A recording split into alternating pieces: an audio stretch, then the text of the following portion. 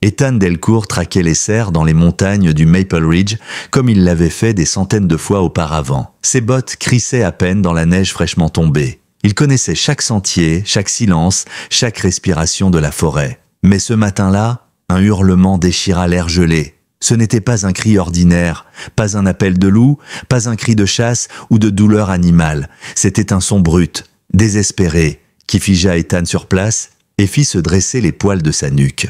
Un hurlement de souffrance pure, presque humaine. 5 ans s'étaient écoulés depuis qu'il avait quitté le commerce familial de chasse, après la mort tragique de sa femme Lena. Il était revenu dans la forêt seulement pour y trouver le silence, loin des regards accusateurs des Verpines et du jugement silencieux dans les yeux de son père. Mais ce qu'il découvrit dans la clairière changea à jamais le cours de sa vie.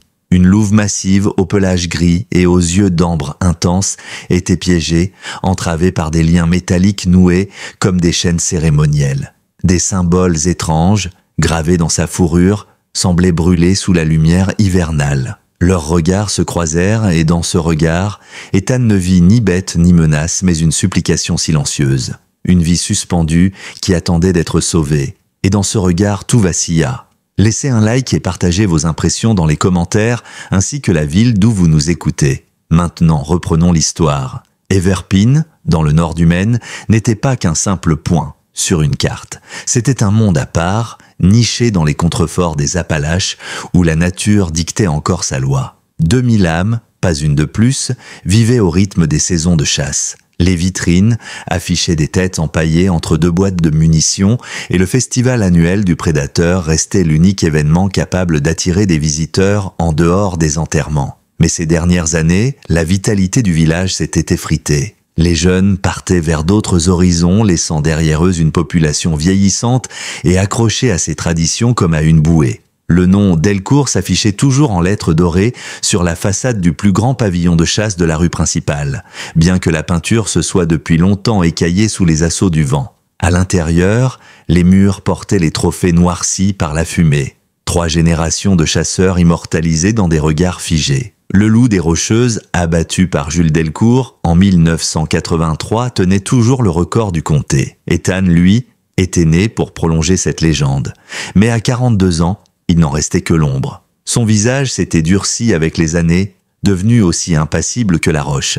Jadis salué comme le fils prodige du village, il vivait désormais à l'écart, dans une cabane reculée, loin de la maison familiale. Il n'était plus chasseur. Il guidait parfois des touristes dans les bois, des cartes froissées entre les doigts, des jumelles à la place du fusil. Ses mains calleuses, faites pour la gâchette, servaient désormais à repérer les oiseaux ou les empreintes de cerfs. Pour les habitants d'Everpin, c'était du gâchis. Pour Jules Delcourt, une trahison. Pour Ethan, une nécessité. Depuis la mort de Lena, chaque coup de feu réveillait ses cris. Et la forêt, autrefois champ de chasse, était devenue son sanctuaire. Le shérif Augustin Milner était peut-être le seul à ne pas l'avoir jugé. À 55 ans, il portait encore son uniforme comme un prolongement de lui-même. Il était respecté, non pour sa poigne, mais pour sa constance. Il avait toujours été là, depuis l'enfance, lorsque les Delcourt et les Duhamel se bagarraient à l'école. Son pick-up stationnait parfois devant la cabane d'Ethan. Quelques mots échangés par la vitre. « Ton père a demandé de tes nouvelles. » Un hochement de tête. Pas besoin de plus.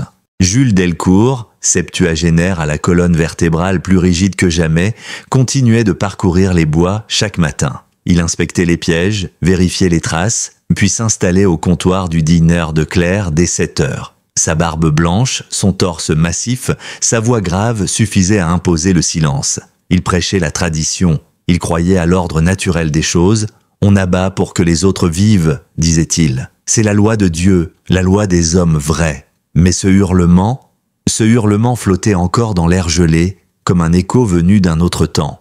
Ethan s'arrêta. Son souffle formait de petits nuages dans l'air coupant de janvier. Il tendit l'oreille. 20 années dans ces montagnes lui avaient appris à reconnaître chaque son.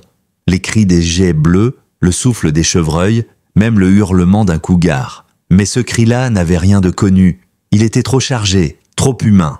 Il aurait pu poursuivre sa marche. Il n'était pas venu pour chasser. Mais ce hurlement l'appelait. Il ne savait pas pourquoi, seulement qu'il devait y répondre. Il jura entre ses dents, puis se détourna du sentier, avançant vers l'origine du cri, avec une efficacité silencieuse comme autrefois. La clairière apparut soudain. Les arbres s'ouvrirent comme une scène dramatique sous une lumière dorée. Ce qu'il vit lui glaça le sang. Une louve immense, bien plus grande que toutes celles qu'il avait pu observer ici, gisait à moitié ensevelie dans la neige. Des fils de fer lui mordaient les pattes arrière, du sang séché tachant sa fourrure sombre. Du fil barbelé, enroulé avec précision, l'entravait. Et sur son flanc, des symboles avaient été rasés, gravés dans sa peau. Ses côtes saillaient. Elle respirait avec peine, haletante. La faim, la douleur, le froid. Ethan porta la main à son fusil, réflexe conditionné, avant de s'arrêter. Les yeux de la louve l'observaient, deux éclats d'ambre fixés sur lui, sans peur, sans agressivité. Pas de grognement, pas de menace, juste un regard et un gémissement faible. Pas un cri animal, mais une note de souffrance qui dépassait l'instinct. Il y vit quelque chose d'autre, une détresse qui parlait à l'homme autant qu'au chasseur. « Seigneur !» murmura-t-il, posant lentement son sac dans la neige. La louve tenta de se redresser à son approche, geste désespéré aussitôt réprimé par la douleur. Le sang coula à nouveau. « Doucement !» souffla-t-il. Il parlait comme il l'aurait fait à un chien blessé, une bête familière, pas à une créature sauvage. Il retira ses gants et sortit son couteau multifonction. La louve ne bougea pas. Elle l'observait comme si elle comprenait. Ethan s'accroupit lentement, gardant ses gestes calmes, mesurés. La louve ne le quittait pas des yeux. Il sentit un frisson lui traverser la colonne vertébrale. Ce n'était pas de la peur, mais quelque chose de plus profond, de plus ancien. Un frisson venu de cette frontière floue entre l'homme et le sauvage. Il commença par le premier piège. Le mécanisme, rouillé et figé par le froid, était couvert de sang séché. Il dut forcer la lame de son outil pour desserrer les griffes d'acier. La louve tressaillit, mais ne tenta pas de fuir. Son souffle s'accéléra, haletant, et un filet de sang frais perla le long de sa patte. Ethan parlait à voix basse, comme on murmure à un chien blessé au bord de la route. « C'est presque fini. Courage !» Les deux autres pièges cédèrent plus facilement. Mais le fil barbelé enroulé autour de ses pattes arrière était une autre histoire. Chaque mouvement risquait d'aggraver les blessures. Il fallait plus de précision, plus de soin. « J'ai besoin d'aide !» souffla-t-il, plus pour lui-même que pour elle. Il sortit son téléphone. C'était sa fille, Adèle, qui l'avait forcé à en reprendre un après qu'il ait été coincé dans une tempête l'hiver dernier. Il ne s'attendait pas à avoir du réseau, et pourtant une barre s'affichait. Il hésita, le doigt suspendu au-dessus de ses contacts. Le réflexe aurait été d'appeler son père ou un des anciens chasseurs de la famille. Mais il savait ce qu'il ferait. Une balle dans la tête, fin de l'histoire. Il descendit jusqu'à un nom qu'il avait enregistré des mois plus tôt, sans jamais appeler. Docteur Camille Renaud, une vétérinaire spécialisée en faune sauvage qui s'était installée à la sortie des Verpines au printemps dernier. Elle avait fait parler d'elle dès son arrivée. Des affiches sur la conservation, des discours sur l'équilibre écologique.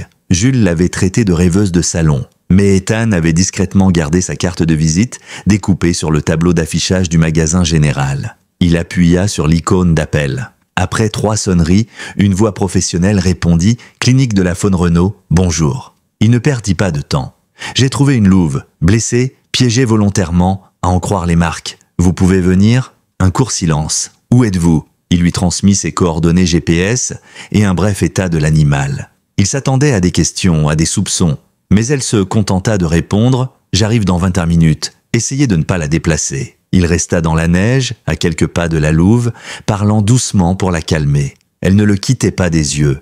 Un regard d'une intensité troublante, pas de peur, pas d'agressivité, juste une attente, comme si elle savait qu'il ne partirait pas. Comme si, quelque part, elle avait reconnu en lui quelque chose de brisé, comme elle. Le temps s'écoula lentement. Le souffle d'Ethan formait des nuages blancs. Il s'était agenouillé à quelques mètres, les mains posées sur ses genoux, sans oser faire un mouvement de plus. Il sentait le froid s'insinuer dans ses os, mais il ne bougeait pas. Il ne voulait pas rompre ce lien étrange. Cette trêve silencieuse. Quand Camille Renaud arriva, ses pas crissant dans la neige, elle portait une sacoche médicale et une expression déterminée. Elle était plus jeune qu'il l'imaginait, peut-être 35, 38 ans. Ses cheveux noirs étaient tressés, parsemés de quelques mèches d'argent prématurées. Elle s'approcha sans hésitation et s'agenouilla dans la neige sans un mot. « Ethan Delcourt », dit-il simplement en se relevant. « Je sais qui vous êtes », répondit-elle sans agressivité mais sans détour. Son regard était déjà fixé sur la louve. Elle ouvrit son sac avec méthode. « Ce n'est pas un piège réglementaire, c'est de la torture. » Dans Everpin, la nouvelle se répandit aussi vite qu'un feu dans une grange. Le fils Delcourt, l'héritier du plus grand nom de la chasse dans la vallée, avait sauvé un loup. À la tombée de la nuit, alors qu'Ethan aidait Camille à transporter la louve sous sédation jusqu'à sa clinique à la sortie de la ville, son père recevait des tapes condescendantes sur l'épaule au comptoir du bar Le Détour. « Ton fils a perdu la boule, hein ?» lança Clovis Duhamel en glissant un whisky devant Jules. « À ce rythme, il va adopter des coyotes. » Le visage buriné de Jules ne trahit rien, mais ses phalanges blanchirent autour du verre. Cela faisait 150 ans que le nom Delcourt représentait quelque chose dans ces montagnes. Et voilà qu'Ethan, son seul fils, semblait tout démolir. D'abord en quittant l'entreprise familiale, puis maintenant en s'acoquinant avec cette vétérinaire militante. La clinique Renault était installée dans une ancienne ferme rénovée, avec un bloc chirurgical moderne aménagé dans la grange. Des caméras discrètes surveillaient les angles. Camille n'en était visiblement pas à sa première opposition locale. À l'intérieur, l'odeur de désinfectant se mêlait aux senteurs animales. Elle travaillait avec méthode, ses gestes précis, assurés. Ethan restait en retrait près de la porte, mal à l'aise, à la fois étranger et responsable. Camille nettoyait les plaies, recousait, désinfectait. Ces symboles, dit-elle en examinant les marques taillées dans la fourrure. Ce ne sont pas des blessures accidentelles, on dirait des lettres ou des signes. Il s'approcha, observant les motifs. Rien de ce qu'il connaissait dans les traditions de chasse du coin. « Ce n'est pas de la chasse », répondit-elle en appliquant un onguent. « C'est un rituel, ou ça en imite un. » Elle le regarda, prudente. « Votre famille est ici depuis des générations. Vous avez déjà vu ça ?» Ethan secoua la tête. Les Delcourt ont toujours chassé proprement. Ce truc-là, c'est malade. Alors que Camille terminait les soins, son regard se durcit en découvrant un petit boîtier sous la peau de la louve. Avec une précision chirurgicale, elle l'extraya. Un dispositif de suivi. Quelqu'un l'a surveillé, et c'est pas un braconnier du dimanche, c'est du matériel de haut niveau. Un coup sec à la porte de la clinique interrompit leur échange. Ethan reconnut la silhouette du shérif Milner à travers la vitre. Il ouvrit. Le shérif, saupoudré de neige, semblait à la fois inquiet et résigné. « Il paraît que tu te lances dans le sauvetage de loups, maintenant, » dit-il, en secouant ses bottes sur le paillasson. Son ton était léger, mais son regard, lui, ne l'était pas. « Les gens parlent, Ethan. Ils ont toujours parlé. Tu viens en ami, Augustin ? Pour le moment, oui. Mais demain, le conseil municipal organise une réunion d'urgence sur les prédateurs. Je préfère que tu sois au courant. » Camille s'avança, essuyant ses mains. « Je vais déposer plainte pour cruauté animale. Cette louve a été torturée. » Milner hocha la tête, grave. « Je prendrai ton rapport, docteur.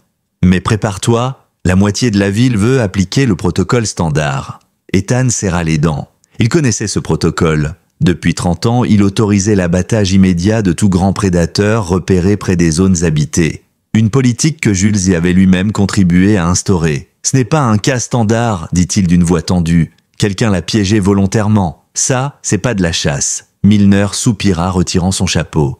« C'est ton frère qui préside la réunion. Tu sais comment il réagit quand il croit que le nom Delcourt est menacé. » Le nom de son frère, Lucas, pesa lourdement dans la pièce.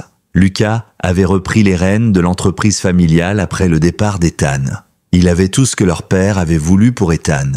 Discipline, ambition, conformité, et une capacité effrayante à cacher ses intentions derrière des sourires polis. Après le départ du shérif, Camille vérifia les constantes de la louve. Elle va devoir rester ici plusieurs jours.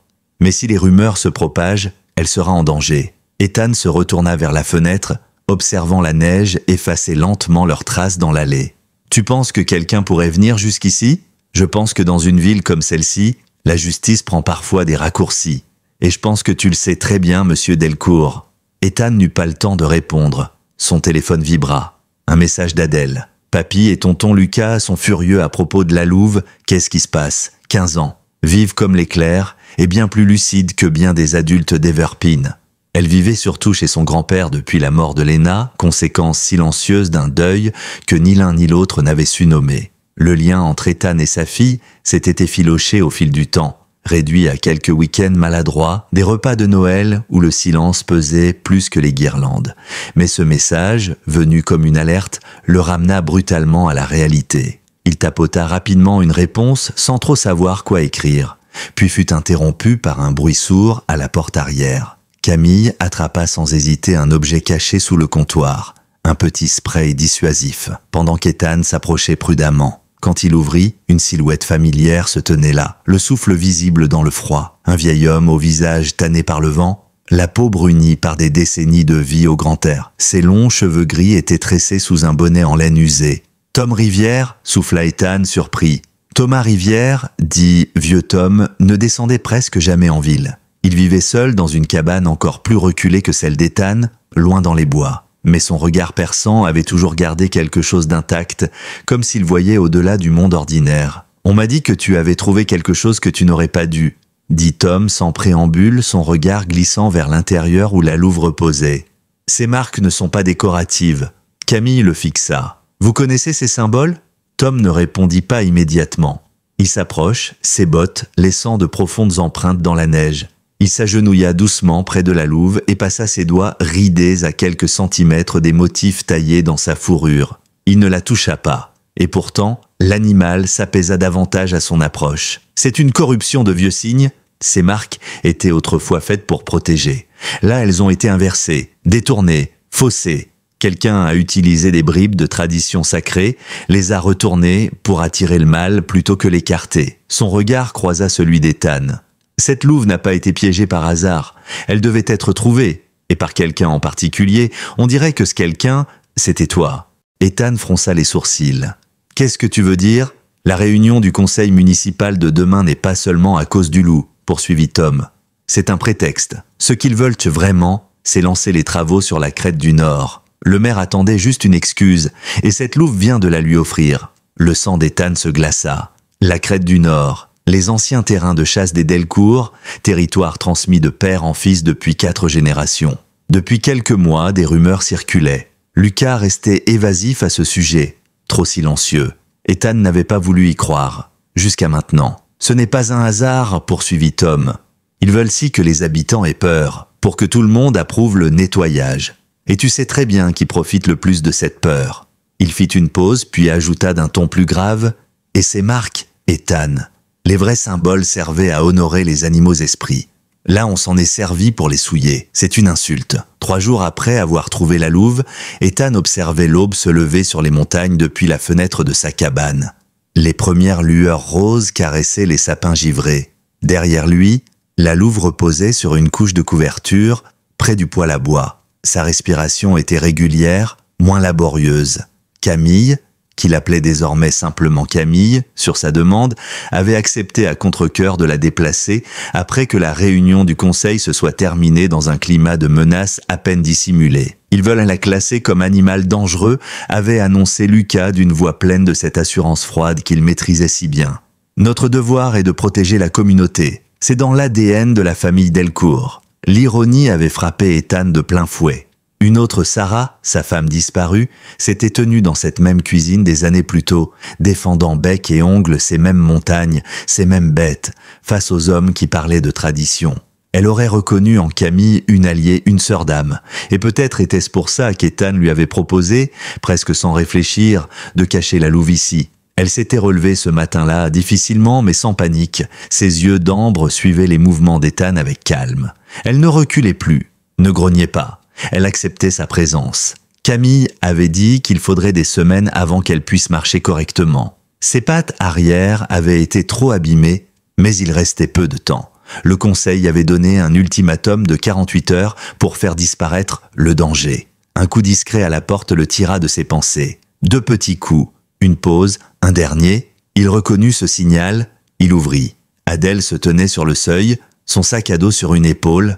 À 15 ans, elle avait déjà atteint la taille de sa mère. Ses cheveux sombres étaient coupés courts, pratiques. Elle portait l'une des anciennes vestes de Léna, et ce détail frappa Ethan comme une lame émotive. « Papa !» Ce n'était ni chaleureux ni hostile, juste neutre, leur équilibre fragile. Elle jeta un coup d'œil derrière lui et vit la louve. « Donc c'est vrai ?» Ethan la laissa entrer. « Tu ne devrais pas être ici. Papy pense que je suis chez Lily pour réviser. » Elle posa son sac sur la table. Il organise une battue. Lucas dit qu'ils vont ratisser toute la zone demain à l'aube. Elle s'approcha de la louve avec une aisance naturelle. Ethan sentit sa gorge se serrer. Elle s'agenouilla doucement. La louve ne broncha pas. Adèle tendit lentement la main, paume ouverte. L'animal renifla, puis ferma les yeux. « Elle est magnifique !» souffla la jeune fille. Ethan hocha la tête sans un mot. Qu'est-ce qu'on lui a fait? Il lui donna une version allégée. Elle fronça les sourcils. Tu ne me dis pas tout, ce n'est pas nécessaire. Je ne suis plus une gamine, coupa-t-elle sèchement. Il y avait dans sa voix une dureté nouvelle. Papy dit que tu as perdu la tête, que tu as oublié ce que signifie être un Delcourt. Ethan serra la mâchoire. Peut-être que je me rappelle ce qu'il a oublié. Avant qu'elle ne puisse répliquer, un moteur gronda au loin. Camille, dans son vieux Land Rover, surgit de la neige. Elle entra avec l'énergie tranquille qui la caractérisait, un sac à provisions dans une main et un thermos dans l'autre. Elle hocha la tête en voyant Ethan, puis aperçut Adèle. Une surprise s'afficha sur son visage. « Tu dois être Adèle !» Elle posa les sacs et tendit la main. « Je suis la docteure Camille Renaud. C'est vous qui aidez le loup !» répondit Adèle sans saisir la main. Ni question, ni reproche, juste un constat. Camille ne sembla pas vexée. « Oui !» Et tu t'assois avec elle comme si tu la connaissais depuis toujours. Elle réagit bien à toi. Quelque chose dans la voix de la vétérinaire sembla fissurer la carapace d'Adèle. Elle va s'en sortir? Avec du soin, oui, mais il nous faut du temps. Et un endroit plus sûr. Elle se tourna vers Ethan. Je connais quelqu'un à l'Est, dans un centre de réhabilitation. On peut la transférer cette nuit. Non, c'était Adèle qui avait parlé. Sa voix était basse, mais ferme. C'est exactement ce qu'ils veulent. Qu'on la fasse partir. Ils ne veulent pas sauver une louve, ils veulent éradiquer tous les loups.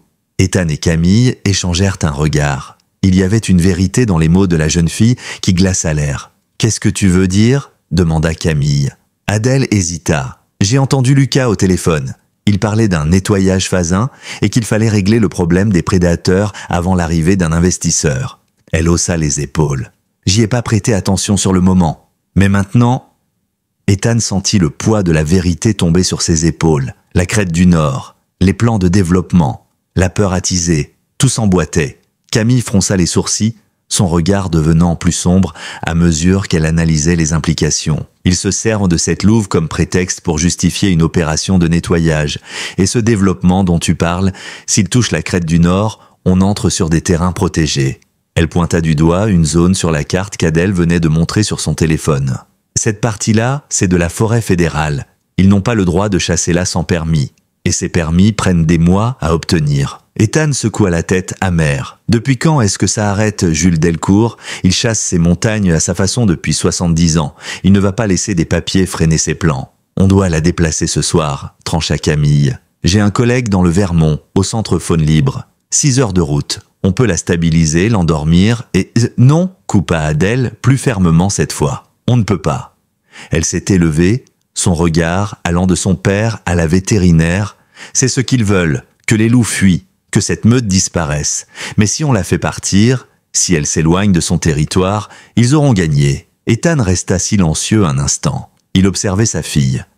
Quelque chose en elle avait changé. Une conviction nouvelle s'exprimait dans ses mots, pas de l'adolescente rebelle, mais la voix de quelqu'un qui comprenait ce qu'il y avait à perdre. « Qu'est-ce que tu proposes ?» demanda Camille avec calme. Adèle prit une inspiration. « J'ai entendu Lucas parler d'un rendez-vous demain soir avec des investisseurs. Ils font une visite du site le lendemain. Tout ce qu'ils veulent, c'est que la crête soit débarrassée des prédateurs avant ça. » Elle leva les yeux vers Ethan. « Maman disait toujours qu'on n'est que des invités sur ces terres, que les bêtes sauvages étaient là avant nous, et qu'elles y resteront après. » Ces mots le transpercèrent. Léna, sa femme, avait défendu ces idées-là toute sa vie, et voilà qu'Adèle les faisait revivre comme un écho direct venu de l'autre côté du silence. « Elle avait réhabilité un renardeau une fois, dit Ethan presque à voix basse. Ton grand-père était furieux, il disait qu'elle allait me ramollir. » Il regarda sa fille. « Et elle l'a fait ?» demanda-t-elle, un silence, puis un sourire fatigué. « Non, elle m'a appris à voir clair. » Camille les observa un moment, puis détourna les yeux, leur laissant ce fragment d'intimité sans rien dire. La louve remua doucement sur ses couvertures, émettant un léger gémissement. Camille se pencha aussitôt. Elle va devoir être à nouveau endormie si on la transporte. Mais on pourrait la cacher, au lieu de l'envoyer ailleurs. Cacher? Où? demanda Ethan. Dans les montagnes, répondit une voix derrière eux. Vieux Tom venait de réapparaître sur le seuil, escorté cette fois par Adèle qui l'avait croisé sur le chemin. Le vieil homme entra, ses gestes lents mais assurés. Il s'agenouilla près de la louve. Elle leva à peine les yeux vers lui, déjà calme. « Elle sait que je suis un ami, dit-il simplement. » Il effleura les marques sur sa fourrure, une ombre passant sur son visage. Ces symboles sont des prières à l'envers. À l'origine, ils servaient à protéger les animaux esprits. Là, ils ont été gravés pour attirer la souffrance. Camille s'approcha. « Vous savez qui aurait pu faire ça ?» Tom ne répondit pas tout de suite. Quelqu'un qui se croit au-dessus de tout, qui pense connaître nos traditions, mais ne fait que les profaner. Il se tourna vers Ethan. « La Crète du Nord, j'y ai vu des balises récemment. Et j'ai entendu des promesses faites à la ville, des chiffres, des mots de banquier. Ton frère parle de tradition, mais ce qu'il vend, c'est votre héritage. » Adèle se redressa. « Il faut qu'on trouve le reste de la meute. » Tous se tournèrent vers elle. Si cette louve est la femelle dominante et qu'ils l'ont ciblée, c'est pour désorganiser la meute. Si les autres sont encore là, ils vont être chassés demain matin. On ne peut pas sauver juste elle. Le silence qui suivit fut lourd. Mais personne ne la contredit. Ethan vit dans les yeux de sa fille la même étincelle que dans ceux de Lena des années plus tôt. Une incapacité à détourner le regard quand la justice était en jeu. « La battue commence à l'aube, dit-il finalement. Ce qui nous laisse cette nuit pour la déplacer et trouver des preuves de la présence de la meute. Même si on les trouve, on ne peut pas déplacer toute une meute, objecta Camille. Non, répondit Ethan, mais on peut les documenter.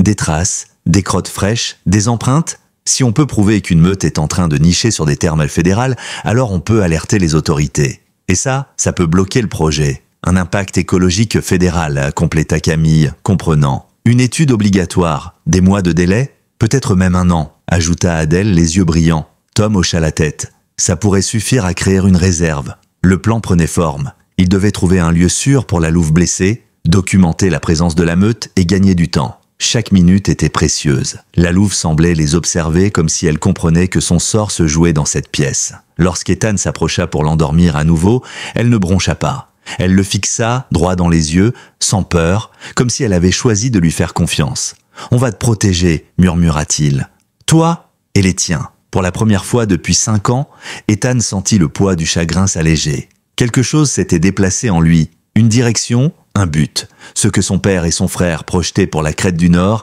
allait devoir passer par lui. Et il n'avait plus peur. Lena aurait compris. Elle l'aurait guidé ici. Le cortège se mit en route dans la nuit.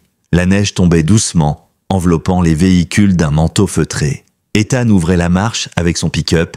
Camille suivait avec la louve sédatée. Tom et Adèle étaient avec lui, une carte étalée sur les genoux de la jeune fille. « Là », dit Tom, en montrant une brèche à peine visible entre 2 rangées d'arbres. « C'est par là que ça commence. » Ethan coupa les phares. Le silence de la montagne les enveloppa. Le ciel était noir, piqueté d'étoiles tranchantes. Ils entamèrent le sentier à pied, Tom en tête, traçant une route ancienne, oubliée de presque tous. La suite s'enfonçait dans la montagne. Ils marchaient à la lueur de leurs lampes frontales, le faisceau creusant des tunnels de clarté dans l'épaisseur noire de la forêt. Ethan et Camille portaient la louve sur un brancard improvisé, un assemblage de toiles et de bois que la vétérinaire avait préparé à la hâte dans sa clinique. L'animal pesait lourd, au moins 55 kilos, mais ne bougeait pas. La sédation tenait bon pour l'instant. Derrière eux, Adèle suivait avec les sacs de provisions. Et vieux Tom, malgré ses 80 ans, avançait en tête, ses pas sûrs sur les pierres glissantes, comme s'il connaissait ce sentier par cœur. Le chemin grimpait entre les rochers, bordés de pins massifs dont les branches s'alourdissaient de neige. Le vent s'était tu, et seul leur souffle précipité troublait le silence. Ethan sentait ses bras brûler sous l'effort, chaque pas demandant une concentration extrême pour éviter de trébucher. Le moindre faux mouvement, et la louve aurait pu être blessée à nouveau. Les Delcourt chassaient sur cette crête, autrefois, dit Tom alors qu'ils s'arrêtaient pour reprendre leur souffle à mi-pente. Ton grand-père m'avait montré cette grotte un jour. Il disait que son propre père y avait trouvé refuge pendant une tempête en 1932. Un loup l'y avait conduit. Ethan tourna la tête. Il ne m'a jamais raconté ça. Certaines histoires sautent une génération, répondit Tom. Peut-être qu'elles n'étaient pas destinées à ses oreilles. Le sentier se rétrécit encore, bordé de granit. Puis soudain, une ouverture sombre apparut entre 2 rochers couverts de mousse. Une grotte discrète, invisible à quiconque n'en connaissait pas l'existence. « C'est ici », annonça Tom. Ils pénétrèrent à l'intérieur. La température y était plus douce, la pierre retenant une chaleur relative malgré l'hiver. Un large renfoncement offrait un abri naturel, avec un sol relativement plat. Camille s'y installa aussitôt, étalant des couvertures thermiques et vérifiant les constantes vitales de la louve. « Elle tient bon », souffla-t-elle. « Et cet endroit ?» Elle jeta un regard circulaire. « C'est parfait. Il y a de l'eau au fond », précisa Tom. pointant un passage vers une section plus profonde. Et plusieurs sorties. Mon peuple utilisait cette grotte depuis des siècles. Elle servait de sanctuaire en temps de guerre. Adèle déposait déjà méthodiquement les provisions, installant les médicaments, les compresses, la nourriture, l'eau, comme si elle avait fait ça toute sa vie. Ethan la regarda ferme, frappé par l'évidence. Sa fille et Camille formaient une équipe naturelle. Il avait manqué tant de chapitres. Il mit cette pensée de côté. L'instant exigeait sa pleine attention. « Combien de temps avant que la sédation ne s'estompe » demanda-t-il. « Une trentaine de minutes, à peine, répondit Camille. « On devrait organiser des tours de garde. Je peux venir tous les 2 jours, dit Adèle aussitôt. Papy ne sait jamais ce que je fais après l'école, il ne posera pas de questions.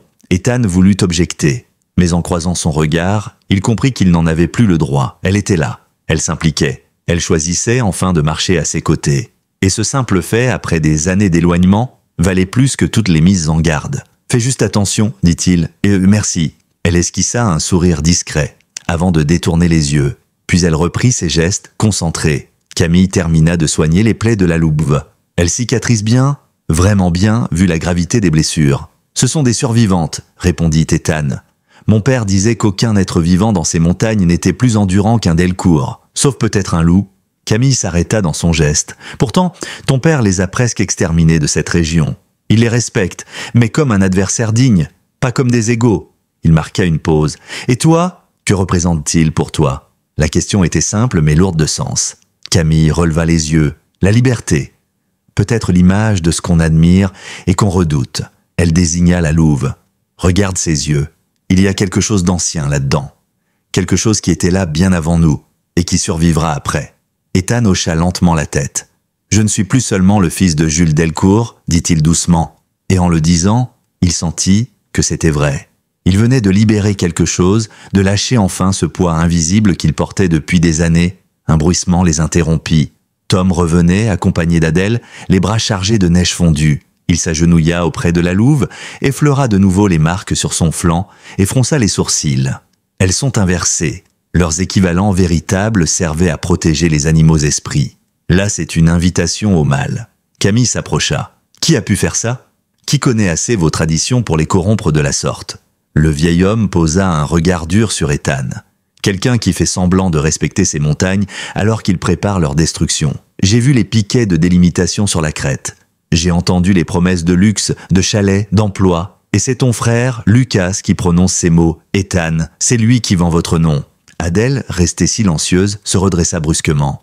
Il ne ferait jamais de mal à des animaux. Il suit le code. Il est les yeux rigides là-dessus. Tom incline la tête vers elle avec douceur. L'argent est une raison suffisante pour bien des hommes.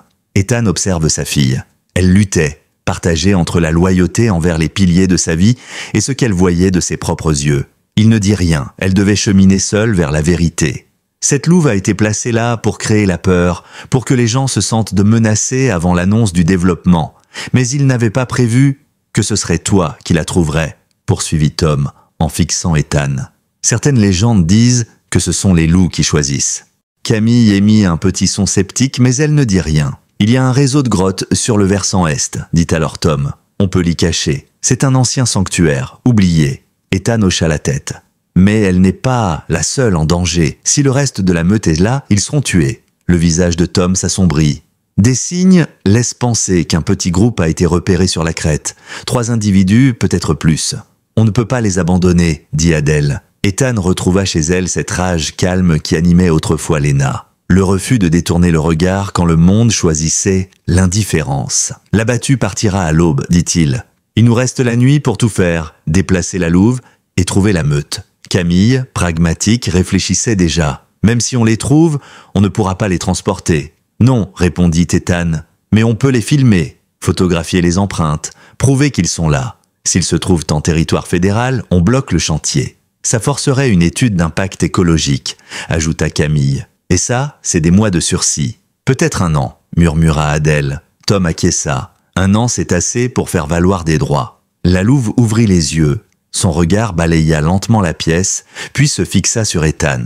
Toujours cette intensité, cette intelligence dans l'ombre. Elle semblait comprendre qu'ils tentaient de la sauver, qu'ils allaient affronter les leurs pour la protéger, et Ethan, pour la première fois depuis longtemps, se sentit à sa place, non plus en dehors de l'histoire, mais en son cœur. À l'aube, Alors que la lumière rosissait la neige sur les hauteurs de Rocheval, les Delcourt s'apprêtaient à lancer leur chasse. Dans le silence feutré du bureau de Jules, Ethan observait les hommes charger leurs fusils, vérifier leurs bottes, bourrer des sacs de rations et de cartouches. 15 chasseurs, tous des visages familiers, des amis d'enfance, des voisins, des vétérans des montagnes. Ils plaisantaient à voix basse, sans se douter que l'un d'eux, Lucas, avait déjà dévié de l'itinéraire pour pister la louve blessée. Ethan entendait chaque mot de son père, assis à son bureau, cartographie en main, planifiant les lignes de traque comme un général avant la bataille.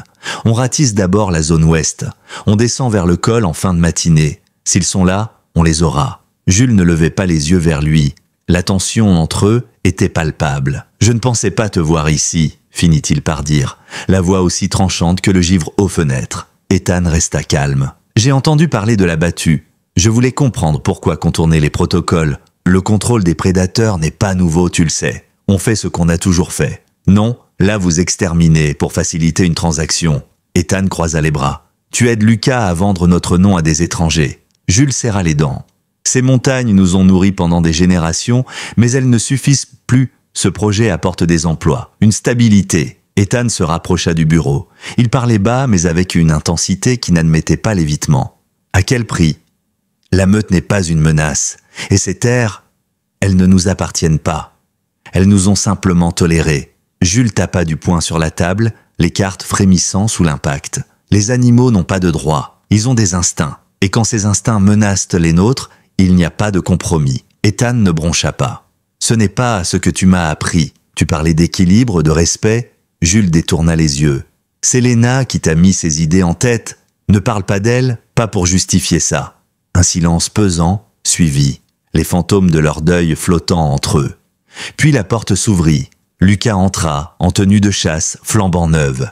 Il salua Ethan d'un hochement de tête glacial. À 39 ans, Lucas avait tout ce que leur père avait voulu transmettre. Une allure impeccable, l'entreprise familiale, l'aval de la mairie, et des comptes à rendre à des investisseurs qui n'aimaient pas les loups. « Tiens donc, lança-t-il, tu t'intéresses de nouveau aux affaires familiales ?» Ethan garda son calme. « Je parlais des détails légaux avec papa. Permis fédéraux, études environnementales, tu sais, toutes ces petites choses qui évitent les procès. » Lucas afficha un sourire tendu. « Tout est en règle. Le maire m'a assuré que les documents seraient signés rapidement. Être expédié n'est pas être validé. » Jules intervint, agacé. « On n'a pas le temps pour ce débat. La chasse commence ?» Il posa une main sur l'épaule de Lucas. « C'est lui, désormais, qui guide la famille. » Ethan se redressa, prêt à partir. Mais avant de franchir la porte, il lâcha une dernière phrase. « J'ai contacté les services fédéraux de protection de la faune. S'ils trouvent dans la moindre preuve de meute sur les terres nous concernées, le projet est gelé. » Il mentait. Mais Camille et Tom étaient en train de rassembler ces preuves. Et le bluff pouvait suffire à semer le doute. Dehors, l'équipe se préparait à partir. Les moteurs ronflaient, la neige crissait sous les pas lourds. Ethan s'éloigna du chalet avec une démarche maîtrisée, mais l'esprit en feu. Emma avait fait sa part. Elle avait glané les détails du plan, les itinéraires, les objectifs, et avait semé de fausses pistes. Mais avec Lucas désormais en chasse libre, la moindre erreur pouvait leur coûter cher. Son téléphone vibra. Camille. « Ils nous ont repérés, dit-elle d'une voix tendue. Pas la battue principale, un groupe séparé, Lucas et 3 autres. Ils sont à 1 kilomètre en contrebas de la grotte. Ils remontent méthodiquement. Et ils ont des chiens ?» Ethan sentit son estomac se contracter. Des chiens, c'était une course contre la montre perdue d'avance. Ils suivraient l'odeur, ils atteindraient la grotte avec ou sans indice. « Je suis à 15 minutes. Essaie de la déplacer plus loin si possible. Tom connaît d'autres galeries ? Oui, mais la louve est faible. Elle tiendra à peine. » Ethan raccrocha, cherchant désespérément une solution. Il pensa à un élément dans son sac d'urgence, un vieux bâton de fusée de détresse laissé là pour les blizzards, illégal à utiliser sans justification. Mais l'instant exigeait une transgression. Il le sortit, le déclencha contre une pierre et le jeta en contrebas, loin de la grotte. La traînée rouge fendit la neige, s'enfonça dans une combe, éclatant dans un panache écarlate. En contrebas, Lucas et ses hommes s'arrêtèrent. Ils virèrent vers le signal, une diversion, peut-être brève, mais c'était ce qu'il leur fallait. Son téléphone vibra à nouveau. Camille. « Bien joué, il s'éloigne, je gagne du temps. Mais Ethan ?» Elle hésita. « Le reste de la meute est là, autour de nous. Je les entends. Ils sont proches, trop proches. » Ethan accéléra, il courait à présent, le cœur cognant contre sa cage thoracique, l'image de la louve vulnérable de sa fille qui croyait l'avoir protégée, de la meute qui attendait son alpha. S'ils échouaient, tout s'effondrait. Soudain, un coup de feu éclata, puis un second. Ethan se figea. L'écho tournoya entre les cimes. Ce n'était pas Lucas, pas ses hommes, cela venait d'ailleurs. Une direction qu'il connaissait bien. Son père, Jules. Une silhouette se détacha du flanc de la montagne. Un grand mâle gris, massif, se mouvant avec la fluidité d'un esprit, le chef de meute. Il ne courait pas, il suivait, lentement, déterminé. Il suit le son, murmura Ethan. Le coup de feu, le danger. Il bifurqua immédiatement, quittant son itinéraire pour couper à travers les pins. Il devait arriver avant son père, ou avant que le mal ne tombe sur Jules. Ethan bondit entre les troncs, la neige amortissant à peine l'urgence de ses pas. La pente se faisait plus raide, les branches griffaient son manteau, mais il ne ralentissait pas. Le vent avait changé.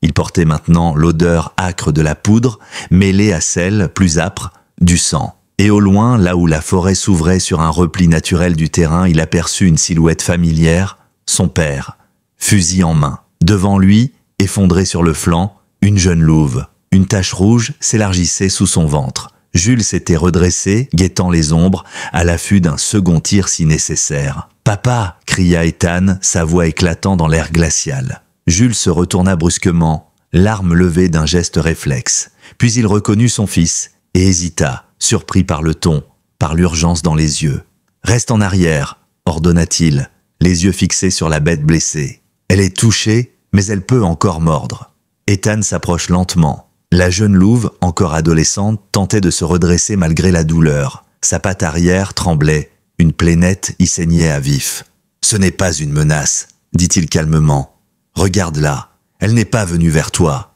Elle fuyait. » Jules baissa légèrement son fusil. L'habitude, cependant, le gardait en main. « C'est ce que nous faisons, Ethan, ce qu'on a toujours fait. On protège la vallée de ce genre de bêtes. Tu crois que c'est encore de la protection ? Répondit son fils. Tu sais aussi bien que moi que ce n'est pas une coïncidence si elle était ici, aujourd'hui. Il marqua une pause. Tu sais ce que Lucas fait, ce que ce projet implique. Jules serra la mâchoire, il ne répondit pas. Mais quelque chose, dans la façon dont ses épaules se raidirent, trahit le doute. Ce n'est pas une battue, c'est une opération de nettoyage. Ils veulent vendre la crête, effacer les preuves d'une meute et tuer leur garantie morale. Le vieil homme détourna les yeux un instant.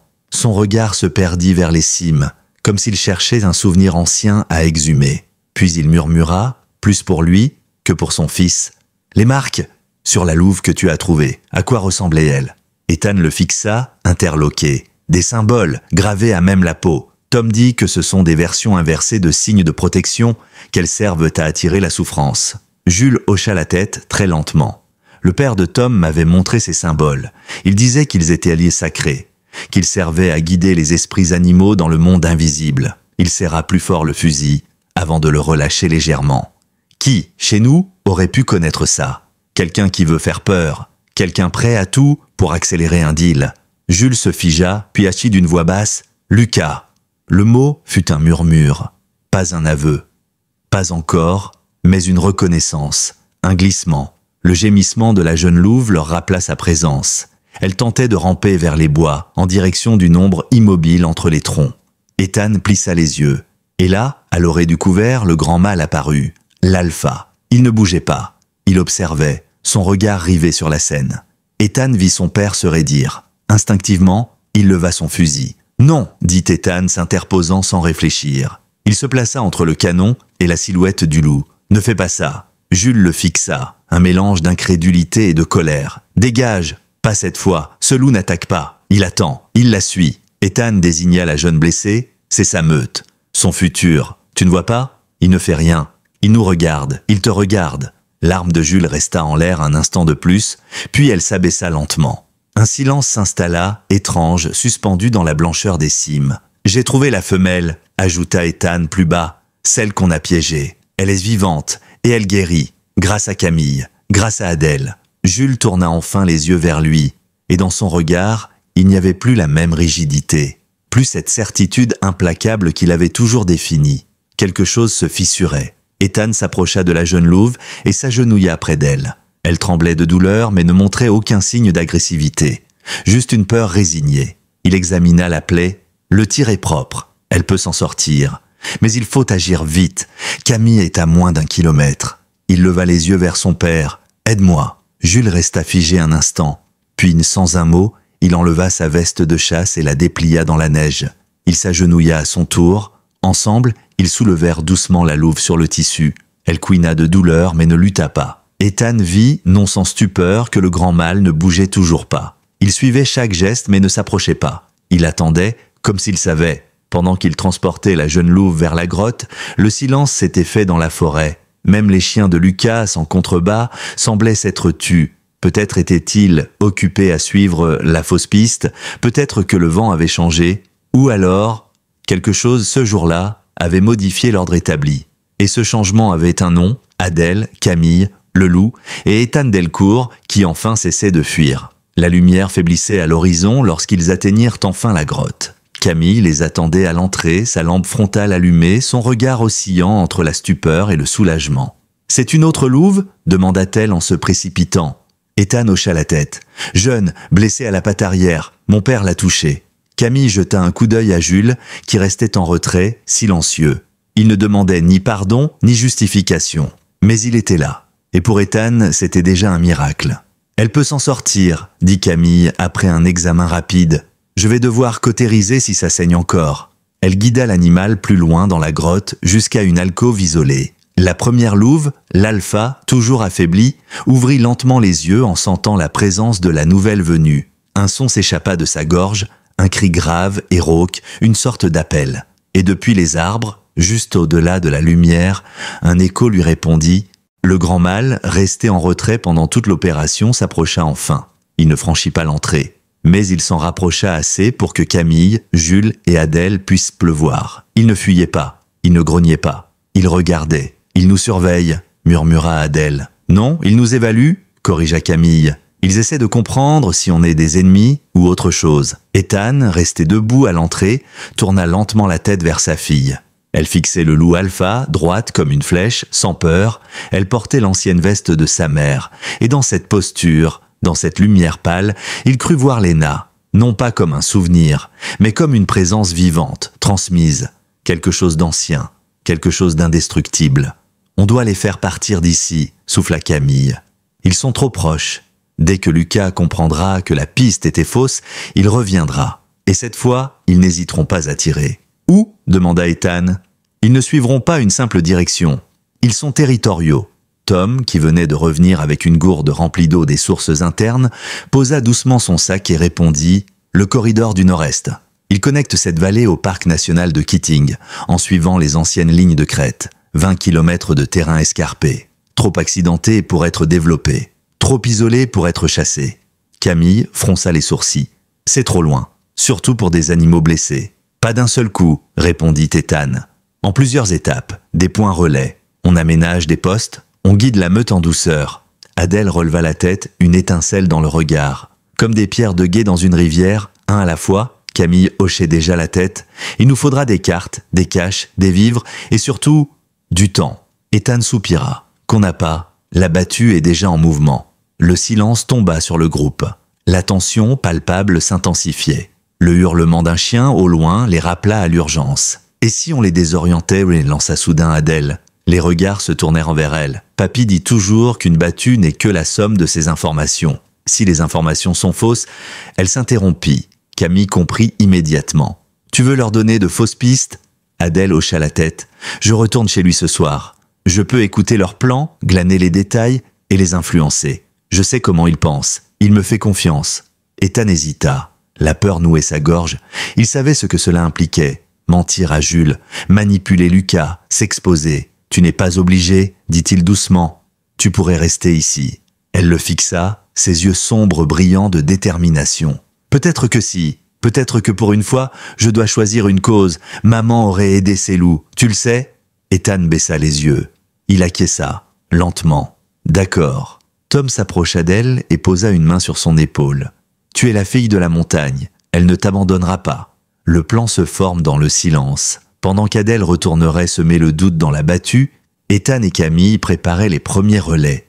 Tom, lui, explorerait le corridor pour sécuriser le chemin. Et la louve alpha, serait leur guide. Même blessée, elle restait le centre gravitationnel de sa meute. Là où elle irait, les autres suivraient. Alors que le jour déclinait, la louve alpha se traîna lentement vers l'entrée de la grotte. Ses pattes tremblaient, mais elle avançait. Ethan tendit la main pour la soutenir. Elle ne recula pas. Elle accepta son aide. Et dans ce geste simple, une promesse silencieuse naquit. Ils allaient l'aider, elle et les siens. Et peu importe le prix. L'aube du jour suivant se leva sur la vallée de Rocheval avec une beauté trompeuse. La neige scintillait d'or et de rose, comme si le monde ignorait encore que le sang pouvait y couler avant midi. Ethan était déjà debout, son regard fixé sur les bois depuis la plateforme de la cabane. Il savait que la battue allait s'intensifier, que Lucas et ses hommes, alertés par les signaux confus de la veille, allaient chercher des réponses, et que ces réponses pourraient les mener droit à la meute s'ils n'agissaient pas maintenant. Adèle, fidèle à sa parole, était retournée chez Jules la veille au soir. Elle avait envoyé un message à Ethan peu avant minuit. « Il pense que la meute est à l'ouest. Lucas veut quadriller le flanc de Ruisseau Mort. Je les tiens. » 3 phrases. Mais pour Ethan, c'était un acte de bravoure pure. Il savait ce que cela représentait pour elle. Mentir à son grand-père, manipuler un oncle qu'il avait toujours protégé, mais qui aujourd'hui participait à un crime sous couverture de tradition. Camille arriva peu après. Les traits tirés, mais le regard déterminé. Les premières caches sont prêtes. Tom a sécurisé 2 points sur le flanc est. Le 3e sera en place d'ici ce soir. Ethan hocha la tête. Il faudra attendre la tombée du jour pour déplacer la louve. Elle tient à peine debout, mais elle commence à suivre les voies. Camille s'approcha de l'alpha. Elle dormait paisiblement, le museau posé contre la fourrure de la jeune louve blessée. Leur proximité était devenue un langage en soi. Une preuve vivante de la structure invisible qui unissait ces bêtes mieux que bien des familles humaines. Un hurlement résonna dans la montagne, puis un autre, et un 3e. La meute. Ils n'étaient pas partis. Ils étaient là toujours à l'affût, suivant leur guide à distance comme liés à elle par un fil ancien. Camille se leva lentement. On doit les aider à bouger. Ce soir, on entame la première étape. Vers midi, alors qu'ils chargeaient les sacs de nourriture et les poches de soins, un véhicule apparut à l'horizon. Ethan attrapa sa paire de jumelles. Un vieux pick-up, celui de Mike. Le shérif sortit de l'habitacle, le visage fermé, ses bottes crissant dans la neige. « J'ai des nouvelles », dit-il sans préambule. Lucas s'est détaché du groupe principal. Il patrouille seul avec ses chiens. Et selon mes infos, il est remonté vers la crête sud. « Il cherche la vérité », dit Camille. Mike hocha la tête. Ou il suit un instinct. Ce type n'est pas idiot. S'il se doute que la battue est démanipulée, il va s'en remettre à ses chiens. Et là, on est foutu. Ethan sentit la tension remonter dans son dos. Il avait cru pouvoir les semer, gagner du temps. Mais Lucas était un pisteur hors pair, formé par Jules lui-même, et guidé aujourd'hui par un acharnement dangereux. Il faut le ralentir. Mike soupira. Officiellement, je ne peux rien faire. Officieusement, je peux me perdre en forêt pendant 1 heure ou 2. Si je croise Lucas, je le retiendrai, mais après, je ne garantis rien. Ethan lui serra la main. Merci, Mike. Pour tout. Le shérif le fixa un instant. Tu sais que ton frère a signé un transfert de droits sur la crête à un groupe privé? Ça s'appelle Ridgefall Partners, déjà enregistré. Ethan sentit sa gorge se serrer. Avant même que le conseil n'ait voté? Ouais, ça sent mauvais. Et les papiers sont en béton. À moins qu'un organisme fédéral ne déclare la zone écologiquement sensible, ce sera bétonné dans 6 mois. Il n'y avait donc plus de doute. Lucas, Jules et les autres pensaient encore agir dans une tradition. Mais James, lui, avait tout orchestré pour détruire les montagnes qu'il prétendait défendre. La louve n'était qu'un prétexte, un pion. Ethan ne répondit rien. Il retourna vers la grotte où la lumière s'affaiblissait déjà. L'alpha s'était levée. Chancelante mais debout, elle fixait le couloir qui menait vers l'est. Comme si elle savait. Au crépuscule, ils installèrent une civière de fortune. Un épais manteau doublé glissé sur 2 branches nouées. Camille administra une légère sédation, juste de quoi limiter la douleur sans affecter sa conscience. La louve se laissa manipuler, le regard posé sur Ethan. Il lui parlait doucement. Elle ne tremblait plus. À l'entrée de la grotte, Adèle réapparut, couverte de neige fondue, les cheveux en bataille. « Ils vont au mauvais endroit », annonça-t-elle. Lucas s'énerve, il sent qu'un truc cloche, mais les autres suivent. Ethan s'approcha, pris entre la fierté et l'inquiétude. « Tu es sûr que tu veux continuer ?» Elle le regarda, et pour la première fois, il vit une expression nouvelle. Pas celle d'une adolescente en quête d'un père, mais celle d'une jeune femme qui avait choisi un camp. « Je suis venu ici pour faire quelque chose, Pas pour t'attendre ?» Il acquiesça. Jules aurait reconnu cette obstination. Elle venait de Léna. Alors, au moment où le vent tourna et que les étoiles se mirent à percer le ciel d'encre, la petite troupe s'engagea dans la forêt. Ethan et Camille portaient la civière. Tom ouvrait la marche. Adèle fermait, l'œil aux aguets, et au sommet d'une crête voisine, 2 silhouettes grises suivaient leurs pas, silencieuses, fidèles, prêtes à veiller. La meute avançait. Ils progressaient lentement à travers la forêt, chaque pas mesuré, chaque respiration rythmée par le craquement de la neige sous les bottes. Le vent mordait leur visage, mais personne ne s'en plaignait. La priorité était de garder le silence, d'avancer, coûte que coûte. La louve, bien qu'affaiblie, gardait les yeux ouverts. Elle suivait les mouvements, les sons, comme si elle cherchait à guider, à protéger. Et dans l'ombre des troncs, 2 autres loups suivaient encore, gardant leur distance, mais ne quittant jamais la petite expédition des yeux. La meute était en marche. Ils atteignirent la première cache juste avant minuit. Une clairière abritée entre 2 blocs de granit repérés par Tom des années plus tôt. Ethan y avait dormi jadis, adolescent, lors de l'une de ses premières chasses avec son père. À cette époque, il ignorait encore qu'un jour, il y reviendrait non pour tuer, mais pour sauver. Tandis qu'ils installaient les couvertures thermiques et déposaient doucement la louve sur un lit de mousse sèche, Camille examina ses plaies. La suture tient. Le froid aide à contenir l'inflammation. Mais elle ne supportera pas un rythme trop soutenu. Adèle observait les environs avec ses jumelles nocturnes. Puis elle se tourna brusquement. Quelqu'un approche. 2 silhouettes, direction sud-est. L'un a une lampe frontale. Ethan blêmit. Il savait déjà. Lucas, et sûrement un autre chasseur, moins discipliné, peut-être l'un des jeunes de l'équipe. Il se leva, fit signe à Camille de rester à couvert et descendit seul le long de la pente. À mi-distance, il allume brièvement sa propre lampe, un signal discret pour forcer la rencontre à découvert. Lucas Kingston apparut dans le faisceau, son visage buriné fermé, les traits tendus par la fatigue et la colère. Il tenait son fusil bas, mais prêt. Derrière lui, un homme plus jeune, armé également. Lucas s'arrêta à 5 mètres. « Je savais que tu nous menais en bateau », lança-t-il d'un ton grave. « La meute n'est pas à l'ouest. Elle n'a jamais été à l'ouest. » Ethan resta immobile. « C'est toi qui as posé les pièges? Les fils barbelés? Les marquages ?» Lucas ne répondit pas tout de suite. Puis, « Pas moi, mais je sais qui. » Il cracha dans la neige. « Ton frère. » Le nom claqua entre les arbres comme une détonation silencieuse. Ethan tressaillit. Lucas reprit. « Il m'a dit que c'était une opération nécessaire, une mise en scène, juste assez de peur pour que le Conseil accélère le vote et que la crête soit vendue avant les premières inspections fédérales. Et tu as accepté ?» Lucas serra la mâchoire. « J'ai cru que c'était encore notre combat, que c'était pour la vallée, pour Jules. » Il secoua la tête, écœuré. « Mais maintenant, je vois clair, il nous a utilisés. » Un long silence s'ensuivit. Ethan rompit la tension. « Alors aide-moi, ne préviens pas les autres, laisse-nous passer. » Lucas hésita, puis fit un pas en arrière. 5 minutes d'avance, pas plus. Après ça, je ne te connais plus. Et si Jules me demande, je dirai que je t'ai jamais vu. Il tourna les talons. Son compagnon suivit, l'air troublé. Ethan remonta vers la clairière en courant.